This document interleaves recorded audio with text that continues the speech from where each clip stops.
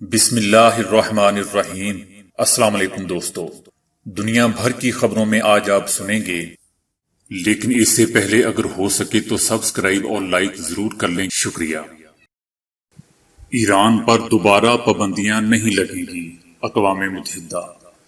بھارتی رافیل طیاروں کی چینی سرحد کے قریب پروازیں۔ امریکی CDC نے کورونا کے متعلق ہدایات واپس لے لی۔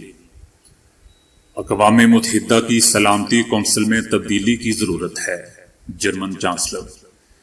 کسی بھی ملک کو دنیا پر غلبہ حاصل کرنے کا کوئی حق نہیں، چینی صدر۔ نیپال نے اپنے نقشے کو باضابطہ طور پر نصاب تعلیم میں شامل کر لیا۔ کورونا کی وجہ سے دانتوں کو بھی نقصان ہونے لگا۔ عمان میں اپنے کندھے، گھٹنے اور سینہ نہ ڈھانپنے پر $780 جرمانہ۔ شخصیات کے علاوہ بین الاقوامی بینکس بھی منی لانڈرنگ میں شامل ہیں، امریکہ۔ ایران پر دوبارہ پابندیاں لگانے پر دنیا کے کئی ممالک نے انکار کر دیا۔ نواز شریف کو تقریر کا مشورہ 2 اسلامی ممالک نے دیا تھا۔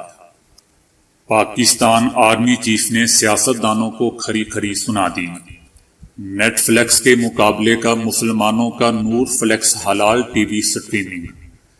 سعودی عرب کا عمرہ کی جلد بحالی کا اعلان۔ بھارتی شخص نے 30 سال تک تنے تنہا 3 کلومیٹر طویل نہر کھود ڈالی۔ تو آئیے چلتے ہیں اب خبروں کی تفصیل کی جانب۔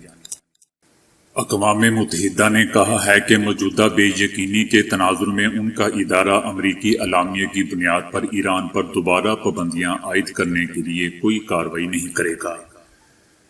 اقوام متحدہ نے کہا کہ بظاہر اس معاملے پر غیر یقینی پائی جاتی ہے۔ کونسل کے کئی ارکان کا موقف ہے کہ امریکی اقدام کی کوئی قانونی بنیاد نہیں، کیونکہ امریکہ ایران اور عالمی طاقتوں کے درمیان ہونے والے 2015 کے معاہدے سے نکل چکا ہے۔ ایسی بے یقینی کی موجودگی میں اقوام متحدہ کوئی قدم نہیں اٹھا سکتا۔ اقوام متحدہ نے کہا کہ ایران پر پابندیوں کی صورتحال کے حوالے سے سلامتی کونسل کی وضاحت اب تک نہیں آئی، چنانچہ وہ پابندیوں پر عمل درآمد کی نگرانی کے لیے ماہرین کے پینل کے تقرر جیسا کوئی تعاون مہیا نہیں کریں گے۔ بھارت نے چینی سرحد کے قریب حال ہی میں فرانس سے لیے گئے طیاروں کی آزمائشی پرواز کی ہے۔ بھارتی فضائیہ کے ایک سینئر اہلکار نے بتایا کہ رافیل طیاروں نے لداخ سمیت ہمارے آپریشنل ایریا میں آزمائشی پروازیں کی۔ چینی سرحد پر رافیل طیاروں کی پروازوں کا آغاز کب کیا گیا یہ تو معلوم نہیں ہو سکا، تاہم فرانسیسی خبر رساں ادارے کے فوٹوگرافرز نے اسے گزشتہ روز لداخ میں پرواز کرتے دیکھا تھا۔ امریکہ کے سینٹر فار ڈیزیز کنٹرول نے کورونا بنیادی طور پر ہوا کے ذریعے منتقل ہونے سے متعلق ہدایات جاری کرنے کے چند روز بعد ہی واپس لے لی۔ 2 ماہ میں یہ اپنی نوعیت کا دوسرا اقدام ہے جس نے شہریوں کو نئی تشویش میں مبتلا کر دیا ہے۔ CDC نے چند روز پہلے ہدایات جاری کی تھی کہ کورونا بنیادی طور پر ہوا کے ذریعے منتقل ہوتا ہے، یعنی جب کورونا کا مریض سانس لیتا ہے، بات کرتا ہے، کھانستا یا چھینکتا ہے تو کورونا فضا میں آ جاتا ہے اور بنیادی طور پر اسی طرح ایک شخص سے دوسرے میں منتقل ہوتا ہے۔ کورونا سے متعلق اب یہ ہدایات ویب سائٹ سے اچانک ہٹا دی گئی ہیں اور کہا گیا ہے کہ مجوزہ تبدیلیوں سے متعلق مسودہ غلطی سے پوسٹ کر دیا گیا تھا۔ دوستو، اس سے پہلے بھی CDC نے اگست میں ہدایات جاری کی تھی کہ کورونا مریضوں سے قریبی تعلق میں آنے والے افراد کو اپنا ٹیسٹ کرانا ضروری نہیں۔ تاہم نیو یارک ٹائمز نے انکشاف کیا تھا کہ CDC نے یہ اقدام حکومت کے دباؤ پر کیا ہے، جس کے بعد CDC کو تسلیم کرنا پڑا تھا کہ مریضوں سے تعلق میں آنے والے ہر شخص کو کورونا ٹیسٹ لازمی کرانا چاہیے۔ جرمنی کی چانسلر نے کہا ہے کہ اقوام متحدہ کی سلامتی کونسل میں تبدیلی کی ضرورت ہے۔ انہوں نے زور دے کر کہا کہ انفرادی رکن ملک اقوام متحدہ کے صحیح کام کے دوران پریشانی کا سبب بن سکتے ہیں۔ چانسلر نے کہا کہ ہم ایک دوسرے کے دکھ سکھ میں شریک ہیں اور اسی طرح ہم ایک دوسرے کی پریشانیوں کے بھی ساتھی ہیں۔ ہم ایک ہی دنیا ہیں۔ انہوں نے اس دوران جرمنی کے دعوے کو بھی پیش کیا اور کہا کہ جرمنی سلامتی کونسل میں کوئی بھی ذمہ داری اٹھانے کے لیے تیار ہے۔ دوستو، جرمنی اس وقت اقوام متحدہ کے غیر مستقل رکن ممالک میں شامل ہے، جبکہ روس، چائنا، فرانس اور امریکہ اور برطانیہ اقوام متحدہ کے مستقل ممبر میں شامل ہے۔ چائنا کے صدر شی جن پنگ نے کہا ہے کہ کسی بھی ملک کو عالمی امور پر غلبہ حاصل کرنے کا کوئی حق حاصل نہیں ہے، اور نہ ہی کسی کو اپنی ترقی کے لیے دوسروں کی تقدیر قابو پانے کا حق ہے۔ انہوں نے کہا کہ کورونا پوری دنیا کے لیے امتحان ہے اور نئی چیلنج کا مقابلہ کرنے کے لیے ہمیں سنجیدہ سوچ رکھنا ہوگی۔ چائنا کے صدر کا مزید کہنا تھا کہ اقوام متحدہ کو چھوٹے ملکوں کے ساتھ انصاف اور باہمی احترام سے کھڑا ہونا چاہیے۔ وزیر اعظم نریندر مودی کو اپنے ہمسایہ ملک نیپال کے ہاتھوں ایک بار پھر شرمندگی کا سامنا کرنا پڑا ہے، جب نیپال نے اپنے نظر ثانی شدہ سیاسی نقشے کو باضابطہ طور پر اسکولوں کے نصاب تعلیم میں شامل کر لیا ہے، اور اس میں وہ اہم علاقے بھی شامل ہیں جن میں بھارت کا دعویٰ ہے کہ یہ اس کے ہیں۔ دوستو، نیپالی پارلیمنٹ نے 13 جون 2020 کو ملک کے نئے نقشے کو متفقہ طور پر منظور کیا تھا، جس میں لیپو لیخ کالا پانی کے علاقے شامل ہیں، جن کے بارے میں بھارت کا دعویٰ ہے کہ یہ اس کے علاقے ہیں۔ کھٹمنڈو نے اسکول کے نصاب تعلیم میں نئی درسی کتابیں متعارف کروائی ہیں، جن میں ملک کا نظر ثانی شدہ سیاسی نقشہ بھی شامل ہے، اور اس میں مذکورہ بالا 3 اہم مقامات کو ملک کے حصے کے طور پر دکھایا گیا ہے۔ کورونا کے حال ہی میں ایک اور نقصان نے ماہرین کو تشویش میں مبتلا کر دیا ہے۔ ماہرین کا کہنا ہے کہ کورونا کے پھیلاؤ کے دوران دانتوں کے امراض میں بھی اضافہ دیکھنے میں آ رہا ہے۔ امریکن ڈینٹل ایسوسی ایشن کے ایک پروفیسر کا کہنا ہے کہ کورونا کی وجہ سے دانتوں کی نگہداشت میں تعطل اور تناؤ کے نتیجے میں کچھ ڈینٹسٹ کو دانتوں میں کریک اور جبڑوں کی سوجن کے کیسز میں اضافہ نظر آ رہا ہے۔ ماہرین کا کہنا ہے کہ گزشتہ چند ماہ کے دوران دانتوں میں مسائل کے شکار مریضوں کی تعداد بڑھی ہے، جبکہ ایسے مریضوں کی بھی کمی نہیں جن کو جبڑوں کی سوجن کا سامنا ہے۔ دانتوں کے فریکچر کی شرح گزشتہ 6 برسوں سے بھی زیادہ ہے۔ گھروں میں زیادہ وقت گزارنے کے دوران زیادہ میٹھی اشیاء کا استعمال ہو رہا ہے، اور اکثر افراد دانت صاف کرنے بھول جاتے ہیں، جس سے دانتوں کے مسائل میں اضافہ دیکھنے میں آ رہا ہے۔ خلیجی ریاست عمان کی حکومت نے کہا ہے کہ شاپنگ مالز میں خریداروں کو اخلاقیات کی پاسداری نہ کرنے کی صورت میں جرمانوں اور قید کی سزا کا سامنا ہو سکتا ہے۔ عمان حکومت کا کہنا ہے کہ اپنے کندھے، گھٹنے اور سینے کو مناسب طریقے سے نہ ڈھانپنے والے مرد اور خواتین کو $780 تک جرمانہ ہو سکتا ہے، اور 3 ماہ کی قید بھی ہو سکتی ہے۔ عمان حکومت کا کہنا ہے کہ لوگوں کا لباس ایسا ہونا چاہیے جو ان کے جسم کو موضوع طور پر ڈھانپے، لباس میں سے جسم نظر نہ آئے اور اس پر کوئی غیر موضوع نقش اور عکس نہ بنے ہوں۔ امریکہ نے انکشاف کیا ہے کہ بین الاقوامی سطح پر کام کرنے والے بہت سے بڑے بڑے بینکس اپنی ناقص کارکردگی اور لاپرواہی کے باعث عالمی سطح پر منی لانڈرنگ کے مرتکب ہوئے ہیں۔ ان بینکوں میں جرمنی کے ڈوچے بینک جیسے مالیاتی ادارے بھی شامل ہیں۔ دنیا کے مختلف ممالک کے بینک کئی برسوں تک انتہائی پرخطر سمجھے جانے والے گاہکوں کے ساتھ مالیاتی لین دین کرتے رہے، اور انہیں یہ احساس ہی نہیں ہوا کہ وہ اربوں مالیت کی منی لانڈرنگ کو ممکن بنا رہے ہیں۔ ایسے کسٹمرز میں مافیا ارکان، مالیاتی دھوکے باز، پابندیاں لگی سرکردہ شخصیات بھی شامل تھیں۔ شخصیات جیسا کہ میرے مطابق نواز شریف جیسی شخصیات۔ امریکی حکومت کی کوشش تھی کہ اقوام متحدہ کی طرف سے ایران سے اٹھائی گئی پابندیاں دوبارہ لگا دی جائیں، لیکن اس معاملے میں امریکہ کو ناکامی کا سامنا کرنا پڑا ہے۔ ایران کا کہنا ہے کہ اقوام متحدہ کی طرف سے ایران پر دوبارہ پابندیاں لگوانے کی کوشش امریکہ کو الٹی پڑ گئی ہیں، اور اسے عالمی سطح پر اس وقت تنہائی کا سامنا کرنا پڑ رہا ہے۔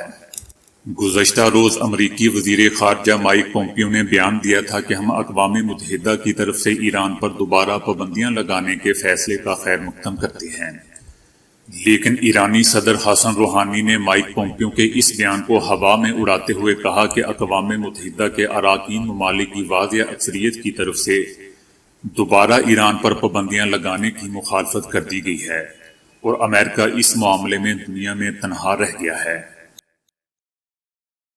پاکستان کے ایک سینئر صحافی نے کہا ہے کہ نواز شریف کی تقریر میں نے کئی بار سنی اور بار بار پڑھی۔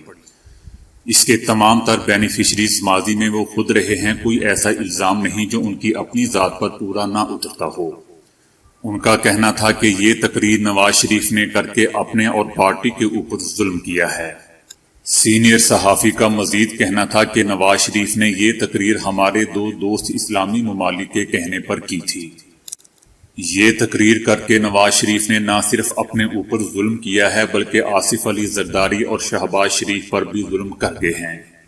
سینئر صحافی کا کہنا تھا کہ شہباز شریف اور زرداری کے ریاست کے ساتھ معاملات چل رہے تھے، مریم اور مولانا الگ پیج پر تھے، نواز شریف کی تقریر نے سارے معاملات کو بلڈوز کر دیا۔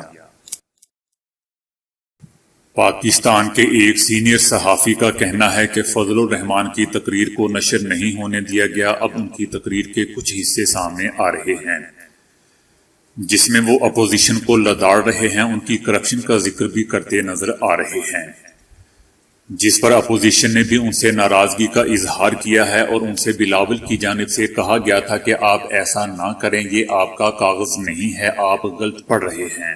سینئر صحافی کا کہنا تھا کہ دوسری جانب آرمی چیف اور D G I S P R کی وزیر اعظم عمران خان اور ان کی کابینہ سے ملاقات ہوئی ہے۔ اس کے علاوہ عسکری قیادت کی ملاقات پارلیمانی لیڈر سے بھی ہوئی ہے۔ آرمی چیف نے ملاقات میں کہا ہے کہ آپ کی سیاسی لڑائیاں اپنی جگہ، لیکن پاکستان کے مسائل اور مفادات پر سیاسی جماعتوں کو سیاست نہیں کرنی چاہیے۔ آرمی چیف نے ملاقات میں فضل الرحمان کے صاحبزادے مولانا اسد سے کہا کہ آپ کے والد اتنی تلخ گفتگو کیوں کرتے ہیں؟ وہ اسی پارلیمنٹ کو گالیاں دے رہے ہوتے ہیں جس پارلیمنٹ کے آپ رکن ہیں۔ آرمی چیف کا مزید کہنا تھا کہ فضل الرحمان جس پارلیمنٹ سیٹ اپ کو جعلی کہتے ہیں اس میں صدارتی الیکشن بھی لڑ چکے ہیں۔ آرمی چیف نے کہا کہ 2-3 باتیں ذہن میں رکھیں، جو بھی حکومت آئے گی آرمی اس کے ساتھ چلے گی، جماعتیں بے فکر ہو کر سیاست کریں، ہمیں سیاسی معاملات میں نہ الجھائیں۔ نیٹ فلیکس کو جلد ہی ملائیشیا میں بننے والے تفریحی پلیٹ فارم نور فلیکس سے مقابلہ کرنا پڑ سکتا ہے، کیونکہ اسے بنانے والوں کا کہنا ہے کہ یہ اسلامی روایات کے مطابق مسلمانوں کے لیے ایک حلال ٹی وی کی ضروریات پوری کرے گا۔ نور فلیکس ملائیشیا کی پہلی شریعت کے مطابق سٹریمنگ سروس ہے اور جولائی سے اس کے سبسکرائبر کی تعداد 10,000 سے زیادہ ہو چکی ہے اور اسے شروع کرنے کے لیے $9.7 ملین خرچ کیے گئے ہیں۔ سعودی حکومت کا کہنا ہے کہ عمرہ کی مرحلہ وار بحالی جلد شروع ہو جائے گی، جس کے لیے لاہے عمل طے کر لیا گیا ہے۔ عمرہ کی سعادت حاصل کرنے کے خواہش مندوں کو سعودی عرب پہنچنے پر کورونا ٹیسٹ کی رپورٹ پیش کرنا ہوگی، زائرین کی اسکریننگ کی جائے گی اور معمولی علامات پر بھی دوبارہ زائرین کا ٹیسٹ کیا جائے گا، جس کے لیے جدید ٹیکنالوجی سے کام لیا جائے گا۔ اس حوالے سے حکومت کا کہنا ہے کہ ایک ایپ جاری کی جائے گی جس کے ذریعے عمرہ کے خواہش مند افراد اپنی آسانی کو پیش نظر رکھتے ہوئے عمرہ ادا کرنے کی تاریخ اور وقت کا تعین کریں گے۔ دنیا بھر میں عزم و ہمت کی داستانیں موجود ہیں اور اب بہار کے ضلع گایا کے گاؤں کوٹھی لاوا کے ایک باہمت نے بہتی نہر کا راستہ موڑا، ایک نیا راستہ بنایا اور اپنے علاقے کو سیراب کیا۔ بھیان نامی شخص نے مسلسل 30 سال تک تنے تنہا یہ نہر کھودی ہے کیونکہ اس کا ایریا پانی سے محروم تھا۔ قریبی پہاڑیوں پر گرنے والا برساتی پانی مختلف راہ سے دریا میں گرتا تھا۔ دھیرے دھیرے لوگ ایریا چھوڑنے لگے، لیکن 30 برس سے لونگی بھیان اکیلے ہاتھ سے نہر بنا رہے ہیں۔ اس نہر کی چوڑائی 4 فٹ، گہرائی 3 فٹ اور لمبائی 4 کلومیٹر سے زیادہ ہے۔ اس مشقت میں کسی نے بھی لونگی کی مدد نہیں کی اور اس نے اکیلے ہی اپنے ہاتھوں سے یہ کام کیا ہے۔ اس شخص لونگی بھیان کا کہنا ہے کہ میں گزشتہ 30 برس میں ہر روز جنگل میں جاتا ہوں، وہاں اپنے مویشی چرانے کے لیے چھوڑتا ہوں اور بیلچے اور پھوڑے سے نہر کا راستہ بنا رہا ہوں۔ اس دوران گاؤں کے کئی لوگ ایریا چھوڑ کر شہر جا بسے ہیں۔ گاؤں کے تمام لوگ اسے اب دا کینال مین یا مرد نہر کے نام سے یاد کرتے ہیں۔ دوستو، گاؤں میں اس کا بہت ہی احترام ہے کیونکہ وہ اپنے لیے نہیں بلکہ دوسروں کے لیے جیتا ہے۔ سوشل میڈیا پر اسے بہار کا دوسرا پہاڑی آدمی بھی کہا جا رہا ہے۔ کیونکہ دوستو اسی ریاست میں دسرات مانجھی نے مسلسل 20 سال تک گاؤں سے باہر جانے کا ایک راستہ بنایا تھا۔ اس کے لیے مانجھی نے اپنے ہاتھوں سے پورے پہاڑ کو کاٹ ڈالا تھا۔ بتایا جا رہا ہے کہ بھارتی ارب پتی صنعتکار آنند مہیندر نے اپنی فیکٹری کا نیا ٹریکٹر بھی لونگی بہیان کو تحفے میں دیا ہے، جبکہ دوسری جانب لوگ بھارتی حکومت پر لوگوں کے مسائل حل نہ کرنے پر بھی شدید تنقید کر رہے ہیں۔ تو دوستو آج کے لیے اتنا ہی۔ ویڈیو کو لائک اور شیئر کرنے کا بہت بہت شکریہ۔